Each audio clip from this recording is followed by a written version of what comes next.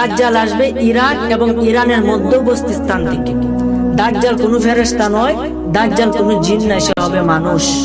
তার অলৌকিক ক্ষমতা থাকবে, সে একটু মোটা সাইজ হবে এবং তার মাথার চুলগুলো থাকবে কুকরানো। তার দুইটা চোখের মধ্যে একটা চোখ অন্ধ থাকবে এবং তার এই কপালের মধ্যে 3টা আরবি অক্ষর লেখা থাকবে।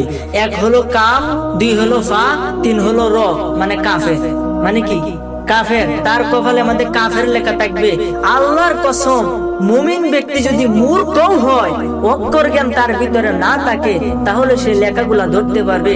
আর বেঈমান ব্যক্তি যদি শিক্ষিত একবার উপরে উঠতে পারে, এরপরেও তার এই কাফ আর 3টা আরবি অক্ষর তার চোখে ভাসবে।